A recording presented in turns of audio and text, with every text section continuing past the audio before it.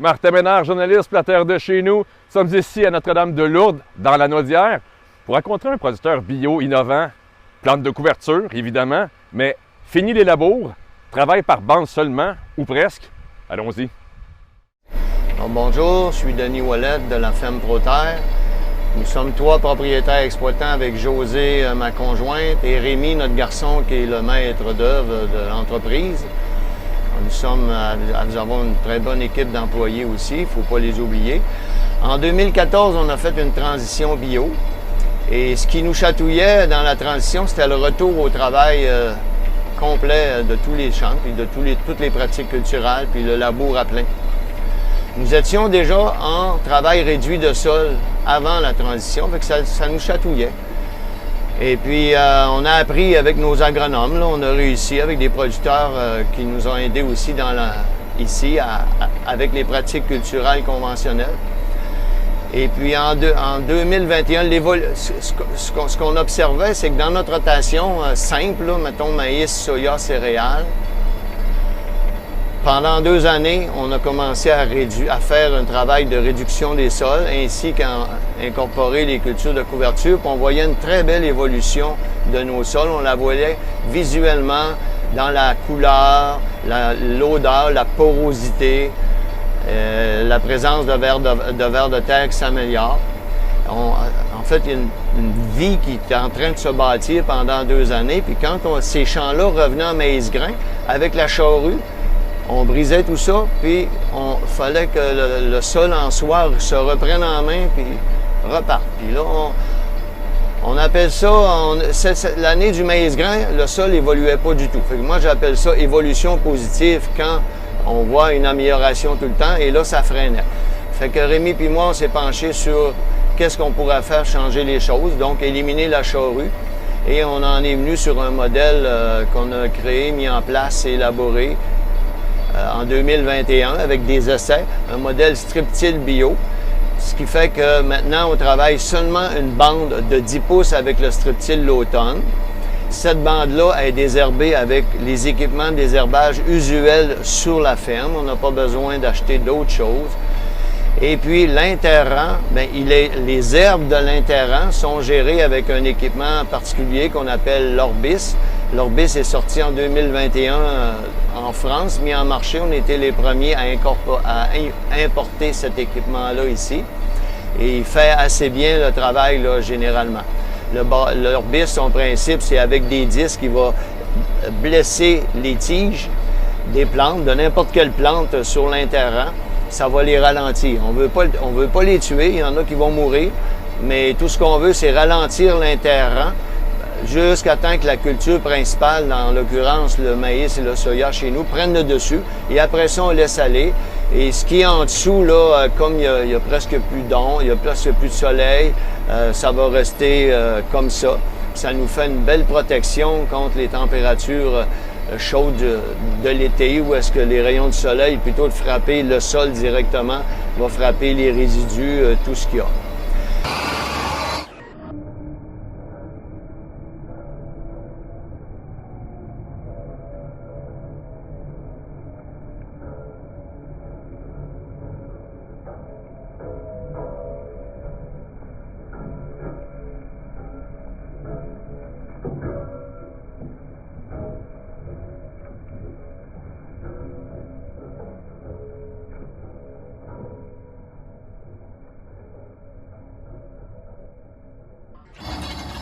En 2021, on a commencé avec des petits champs d'essai.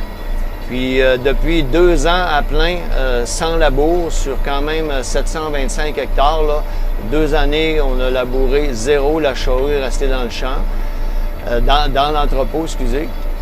Et puis, on est très contents. La plupart du temps, ce n'est que des belles surprises, des choses qu'on ne connaît pas. Et on a encore des défis, on a besoin de s'ajuster avec les équipements, avec les fabricants, avec nous-mêmes, certaines vivaces qu'on voit apparaître, mais on a un contrôle sur ces vivaces-là. Puis les cultures de couverture sont top priorité là, dans notre modèle. Parce que là où il n'y a pas de plantes qu'on a désirées, bien c'est les vivaces, ils vont s'installer là. Comme dirait quelqu'un que je connais bien, la nature a horreur des vides, puis il s'installe quelque chose. Fait que c'est aussi bien être proactif là-dedans, puis c'est ce qu'on fait. On sème toutes sortes de couvertures intercalaires, couverts multi-espèces, couverts à la volée, puis on essaie de plus en plus d'avoir des couverts qui vont être vivants durant l'hiver. Alors ici, nous sommes dans un précédent de brocoli 2024, où est-ce qu'il y a eu un certain tassement qui a été fait. Le tassement mesuré, c'est environ 10 pouces et demi. On le mesure à l'aide d'un couteau. C'est ça qu'on a déterminé. Et puis, on a passé avec le strip-till. Un des objectifs du strip-till avec une patte l'automne, c'est de fracturer les zones indurées. Fait qu'on a placé ça à 10 pouces et demi. Et on se retrouve là au printemps avec une super de belle structure, là, où est-ce que les racines vont pouvoir descendre facilement, aller explorer le sol, puis l'exploiter. Visuellement, toutes les fois qu'on fait ça, ce qu'on remarque dans la couleur, dans l'odeur, dans la porosité, une nette amélioration, et ça assez rapidement. L'interrant reste ferme. Quand je plante mon couteau, c'est différent, mais c'est ça qu'on veut. Ça fait plusieurs années, la ligne 0 demeure toujours à la même place qu'on commence, peu importe qui passe dans le champ, pour n'importe quelle intervention. Fait que l'automne passé, c'était ça. Là, supposons qu'on arrive au printemps comme c'est là. L'autre objectif qu'on veut de l'équipement, c'est de bien chasser les résidus parce qu'on ne veut pas avoir des résidus dans la bande de semis. La raison, c'est qu'on veut que le grain soit bien en contact avec le sol pour une germination optimum. Alors ici, c'est le chasse-résidus. Là, on est dans un champ où il y en a très peu. On ne le fait pas travailler beaucoup, juste pour casser la petite croûte qui s'est faite. Mais si on est dans un champ de maïs, on va faire pénétrer de 3 cm dans le sol pour vraiment qu'il aille briser la couronne puis bien chasser sur une bande de 10-12 pouces comme on a besoin comme producteur bio avec les équipements de désherbage qui vont venir après coup. Un troisième objectif qu'on a quand on utilise une machine comme ça, c'est une belle préparation de la bande de semis où est-ce qu'il y aura le grain pour le planteur à main. Ce qu'on veut, c'est une porosité fine, créer un beau contact entre la sol et la semence, permettant une germination améliorée d'environ 10 % selon les études là, aux États-Unis. Et ça se fait pas tout seul, ça se fait avec les unités spéciales et les ajustements. Et puis voilà. Puis juste un passage de ça, on a un équipement qui peut faire tout en un passage. Particulièrement, on n'a pas accès à ça, mais les conventionnels, l'avantage, c'est qu'ils peuvent aller mettre les fertilisants l'automne sous les racines, avec la patte, environ à 7 pouces, là où les racines auront une belle croissance l'année suivante. Il est démontré aux États-Unis que concentrer les fertilisants versus les épandre dans tout le champ, il y a une meilleure efficacité par la plante quand c'est concentré dans la bande. Depuis quelques années où est-ce que les fertilisants sont très élevés, aux États-Unis, les fabricants se multiplient pour produire des strip-till pour économiser de l'argent là-dessus. Aussi, une chose qu'on a remarqué, c'est que quand au semis, on a moins besoin de pression pour garder l'unité stable sur une bande qui est ameublée par un strip-till.